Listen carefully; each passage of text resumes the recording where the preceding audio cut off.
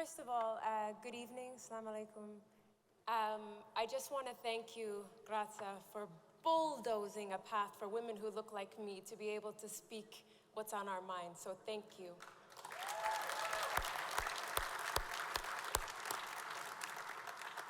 I also want to, of course, acknowledge the urgent need of the people in Syria and Turkey.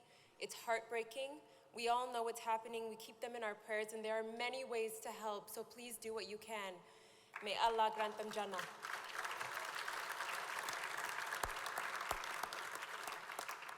I'm nervous, but it was because of him. It's his fault. To be standing here tonight, being honored at a time where it's crisis after crisis is conflicting. But it's moments like this that help me feel like the impact of the work that we do is being felt.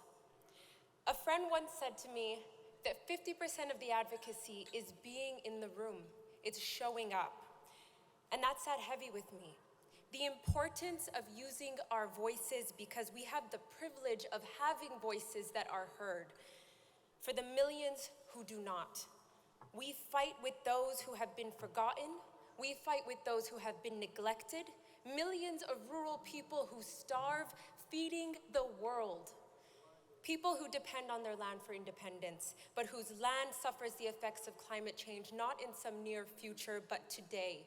Hard-working people who are looking for investment. Hard-working people who deserve to be compensated for the role they play in fighting off the 1.5.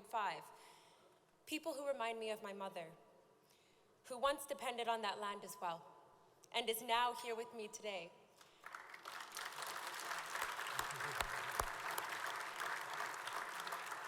Those are the people on behalf I accept this award. And I also want to thank my very good-looking husband. You inspire me every day to become a leader, a change maker, because you've allowed me to dream in a way I have never dreamed.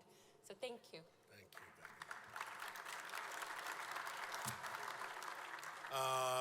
Well, you know, there's two things I learned is A, never to speak after Sabrina, and never to speak back at Sabrina. Anyway, I want to thank TIME100 for this incredible award, and also to the fellow awardees. We honestly are humbled by everyone in this room, and thank you for your work and your commitment. I think downstairs in the press line, one of the main questions that kept coming back is, how can people make an impact like you two? And the answer that I came up with immediately was, you just did it by asking how. The big question is how. Once we ask that question, we open the doors. They open the doors of investigating what we can do. You answer that question in dialogue. You answer that question in action, by sharing, by answering it yourself. For me, I'm an actor. I'm an entertainer.